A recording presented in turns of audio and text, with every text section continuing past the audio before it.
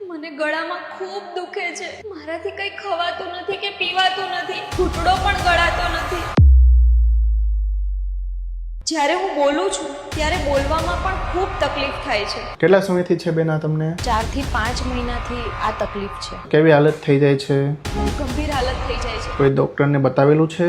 ઘણા ડોક્ટરને બતાવ્યું પણ આનું કોઈ નિવારણ મળતું નથી. તકલીફ વધ્યા જ કરે છે. જો બેન, કોઈ તમે ખાસ નોટિસ કર્યું છે કે ક્યારે આ તકલીફ વધી જાય છે?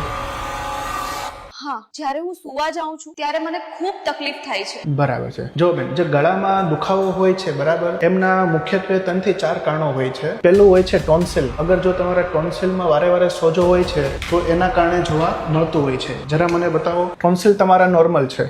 બીજું એક કારણ હોઈ શકે કે તમને શરદીની બીમારી હોય, વારે વારે સાઇનસ થતું હોય, એના કારણે થઈ શકે. તો વારે વારે તમને શરદી ઉધરસ રહેતી હોય એક કારણ હોઈ શકે, કારણ કે નાકની પાછળ જે પોસ્ટ નેઝલ ડ્રીપના કારણે આ પ્રોબ્લેમ થતી હોય છે. જે કફ હોય છે નાકની પાછળથી ગળામાં જાય છે, એના કારણે ખરાશ ને ખરેડી પડે એવું ફીલ થાય. ત્રીજું અગર કારણ હોઈ શકે કે એલર્જીના કારણે ગળામાં ખરેડી પડતી હોય છે, ફેરિન્જાઇટિસ. ગળાની અંદર એલર્જીના કારણે પ્રોબ્લેમ થતો હોય છે. અને બીજું એક કારણ હોઈ શકે કે આપણો જે જઠર ને અન્નનળી વચ્ચેનો જે વાલ છે એ સહેજ એવો ઢીલો હોય, એટલે કે એસિડિટીના કારણે. તો પિત્ત હોય થોડુંક બહાર આવે. એટલા માટે તમે જે કીધું કે હું સૂવું છું એટલે મને વધી જાય છે, તો એનું કારણ એ હોઈ શકે. તે પ્રમાણે હું દવા આપું છું, તમને થવા લાગશે ધીરે ધીરે, કારણ કે જે વાલ છે એને આપણે મજબૂત કરવાનો છે. બરાબર છે? બીજી કોઈ બીમારી નથી.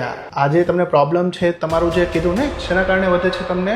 સૂતી વખતે તકલીફમાં ખૂબ વધારો થતો. હા, તો તમને જે પ્રોબ્લેમ છે થોડું ઘણું જે વાલ છે બરાબર જઠર ને અન્નનળી વચ્ચેનો એ થોડુંક લૂઝ થયો છે, કે જેમ જેમ સ્ટ્રોંગ થઈ જશે એટલે તમને વ્યવસ્થિત થવા લાગશે. પિત્ત પ્રકૃતિ વધી ગઈ છે બોલતા હોય ને બધા, એના કારણે છે.